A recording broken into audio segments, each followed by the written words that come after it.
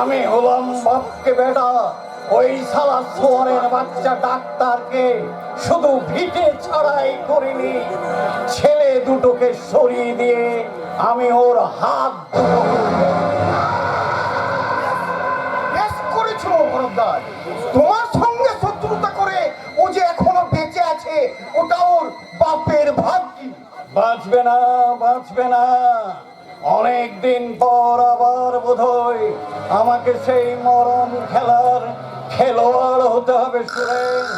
কিন্তু তার আগে দামোদরের জামিন হয়েছে কিনা তাই বল। এটা হবে না ছোট বাবু, এই দামোদরকে যে আটকে রাখবে এ দেশে তেমন হাজত এখনো তৈরি হয়নি। বেশি মস্তানি করিস না। ইঁদুরের মতন তো ওই খাঁচায় বন্ধ হয়ে পড়েছিলিস। আমি ছোটাছুটি করে তোর জামিনের ব্যবস্থা করেছি আইন মাফি। আমার লাইসেন্সের কাগজটা এনেছো? সন্ধ্যের আগে ওই 7 লাখ টাকাটা আমাকে উদ্ধার করতেই হবে। সব সব হয়ে যাবে। এই জাল করা কাগজ সুরেন উকিলের আগে জুড়ি নেই। আমার তো সর্বনাশ হয়ে গেল ড্যাডি, সর্বনাশ হয়ে গেল। বোঝার উপর আবার শাকের আটি এসে হাসি। তোর আবার কি হয়েছে? কার্তিক রোজ সেজে গুজে কোথায় বেরিয়ে যাচ্ছে, হাত করে বাড়ি ফিরছে। তাতে তোর কি যায় আসে? তুইও তো ক্লাব পার্টিতে কত ছেলের সঙ্গে ঘুরে বেড়াচ্ছিস। বারে আমি ঘুরছি বলে ও কেন ঘুরবে? এরপর যদি আমাকে ভুলে গিয়ে ওই মেয়েটাকে বিয়ে করে পালিয়ে যায়, ও চলে গেলে তুই আবার বিয়ে করবি? আমি কখনোই দুবার বিয়ে করতে পারবো না। কার্তিককে এই বাড়িতে বেঁধে রাখতে হবে। ওই শালা হারামজাদা জামাইটাকে আমার একদম পছন্দ হয়। এটা যদি নিজে থেকে হড়কে যায় তাহলে ভালো, না হলে মোটা টাকা খরচ করে আমি তোর জন্য নূতন জামাই কিনে আনবো। না বাবা, তা হয় না। বিয়ে করার জন্য ছেলেরা কুমারী মেয়ে চায়। আমাদের মতো সেকেন্ড হ্যান্ড মেয়ের কোনো মান ইজ্জতই থাকে না বাবা। থাকে কি বলুন আপনারা? মান ইজ্জত তো গরিবের ঘরে পচা মাছের মতো গন্ধ ছড়াই ডাললে। এই টাকার গদিতে বসে ওসব নিয়ে মাথা ঘামাচ্ছ কেন? এই হারামজাদা, এই বিকেল বেলায় তুমি মদ খেয়ে বাড়ি ফিরেছো? এই মদ নয় ড্যাডি, মদ নয়, জাস্ট এক বোতল বিয়ার খেয়েছি। এই মেয়েটা এত করে বললো এই মরেছে। একেসে তো দেখছি মেয়ে মানুষের গন্ধ পাচ্ছে আইন মাফি। কোন মেয়ে? কোথাকার মেয়ে? তুমি কার কথা বলছো? ওই যে পাওয়েলা, আমরা ছেলেবেলায় পাশাপাশি থাকতাম। এই কদিন আগে ওর বাবা এখানে বদলি হয়ে এসেছে। তাই বলে তুমি রোজ দুপুরে ওই মেয়েটার সঙ্গে সিনেমা দেখতে যাবে? তাতে কি হয়েছে ডার্লিং? তাতে কি হয়েছে? স্বামীর জুতোই পাগলে তুমি যদি নিজের ইচ্ছে মতো ঘুরে বেড়াতে পারো, তাহলে আমি কেন ধান দুব্বো হাতে নিয়ে এই ঘোড়ের করে চুপচাপ বসে থাকবো? হ্যাঁ, ওসব ভুলে যাও, ওসব ভুলে যাও। কাল থেকে তুমি শুধু আমার সঙ্গে সিনেমায় যাবে, আমার সঙ্গে। ওসব গাইয়া মেয়ে মানুষের মতো কথা বলো না তো ডার্লিং। এতদিনে বাড়িতে আমি থেকে বুঝে গেছি এই বিয়েটা হলো একটা লাইসেন্স মাত্র। সেই লাইসেন্সটা পকেটে থাকলে আমরা যে যার মতো বাজারে চড়ে খাবো। ভরদ্বাজের জামাই কি ধর্মের নাকি রে শালা? এই দামোদর, ও বেটার গলায় দড়ি দিয়ে গোয়াল এনে তোল, আজ আমি চাপকে ওর ছাল ছাড়িয়ে ওভাবে বলবেন না ড্যাডি, বরং এতদিনের পর আপনাদের জামাই যাতে উঠেছে বলে কোথায় আনন্দে চেয়ার আপ করবেন।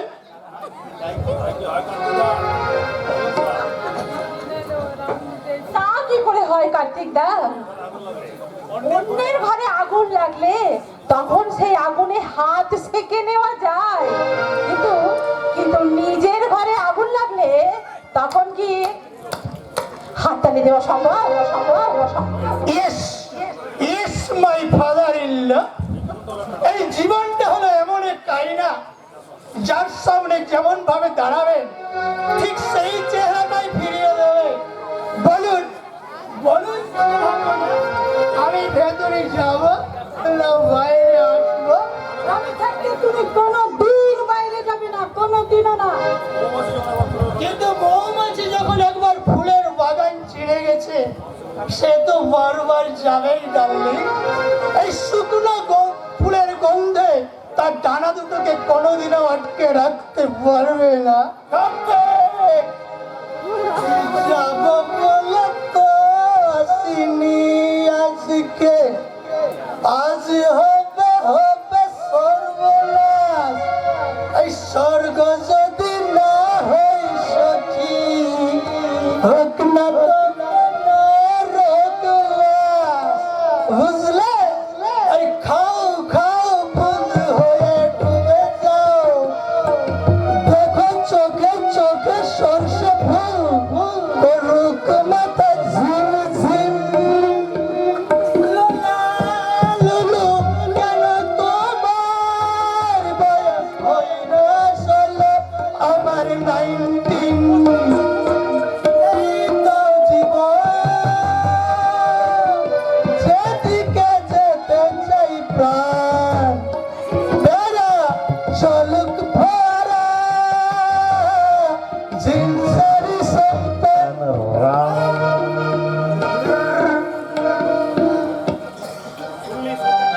শুনলি? শয়তানটার কথা শুনলি? এরপরেও তুই ওর সঙ্গে ঘর করবি?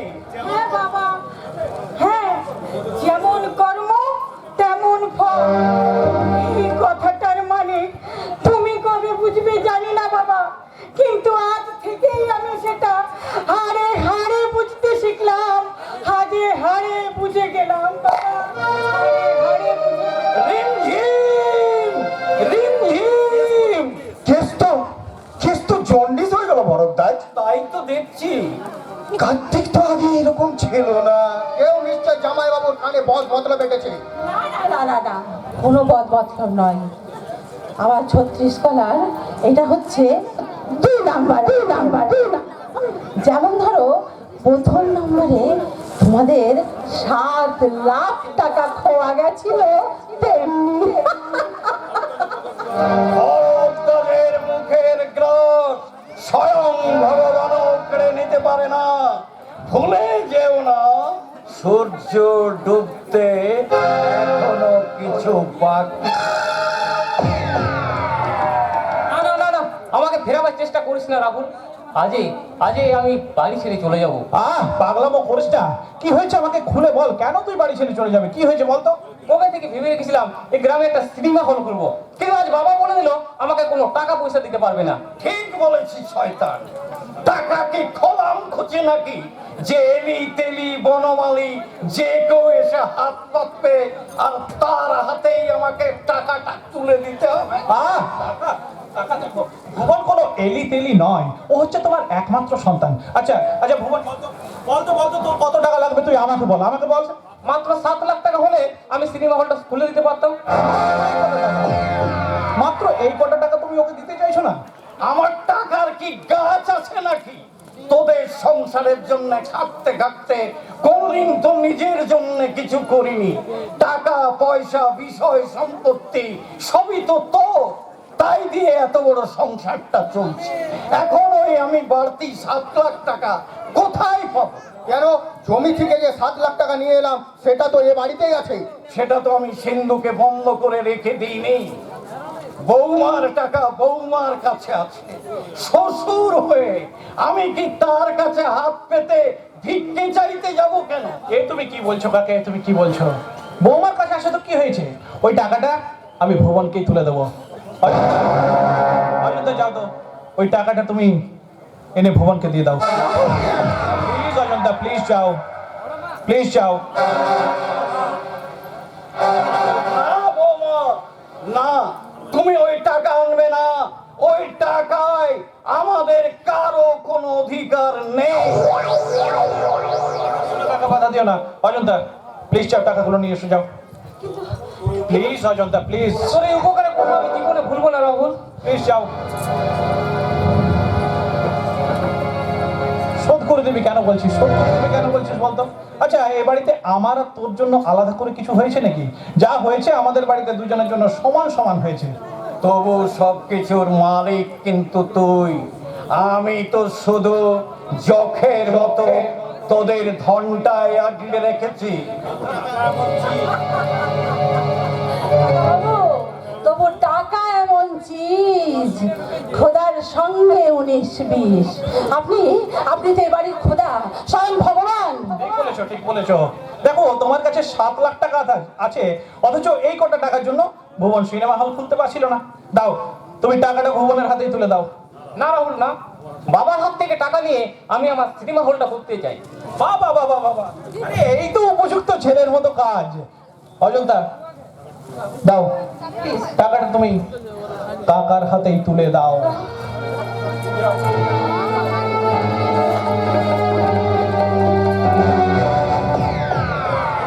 তবু আজ ঘড়ির কাঁটা মিলিয়ে তুমি একটা শুভ কাজ শেষ করলে বৌমা।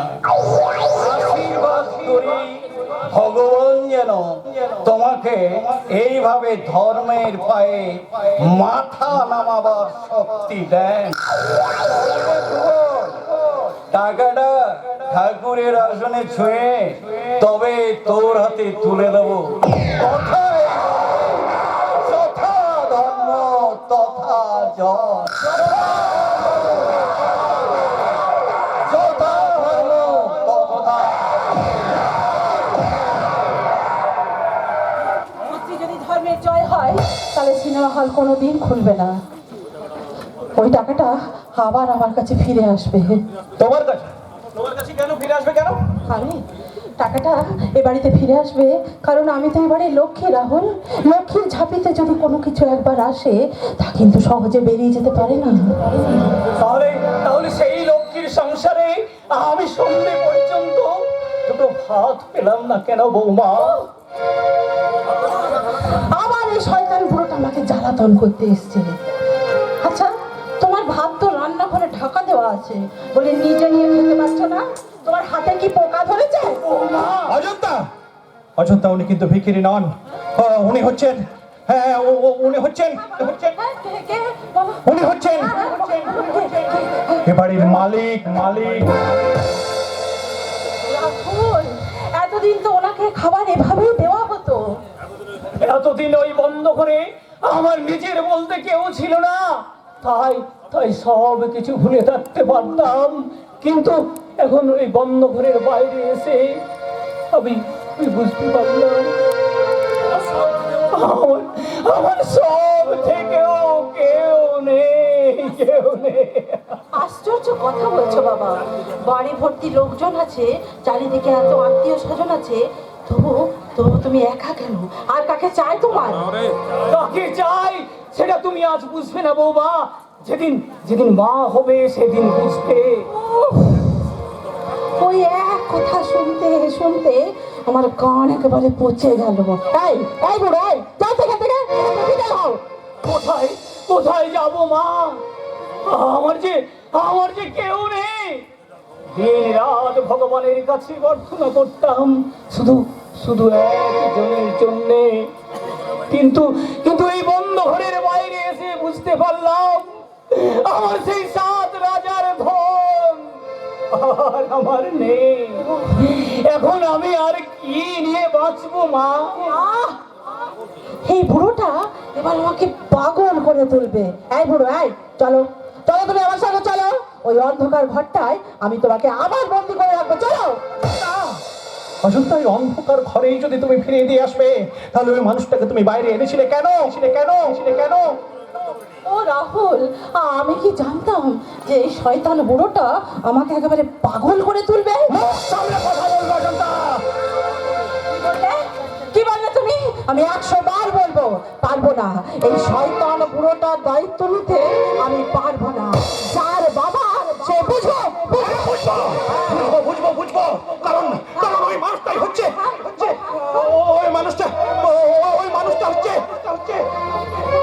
ওই মানুষটাই হচ্ছে আমার দাদা বাবা।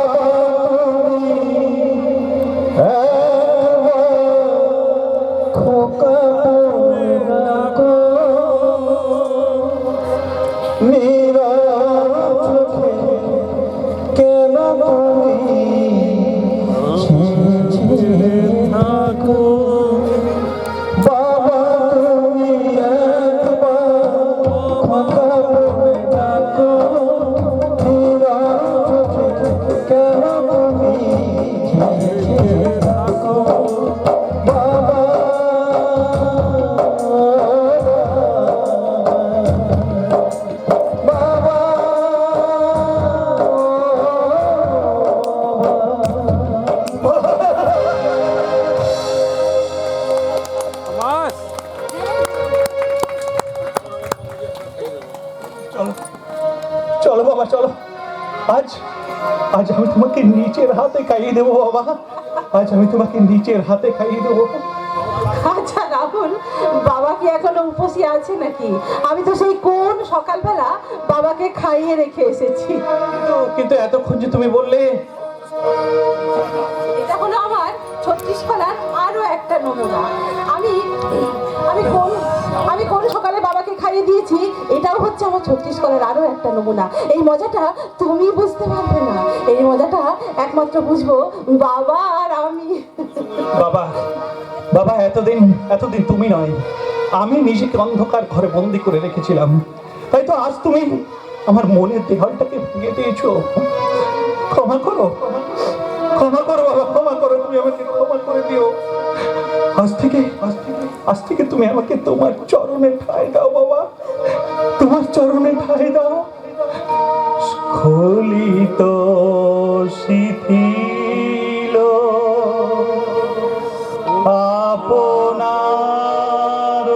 আপনার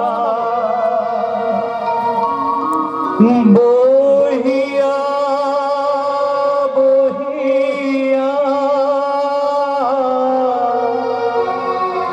ফিরি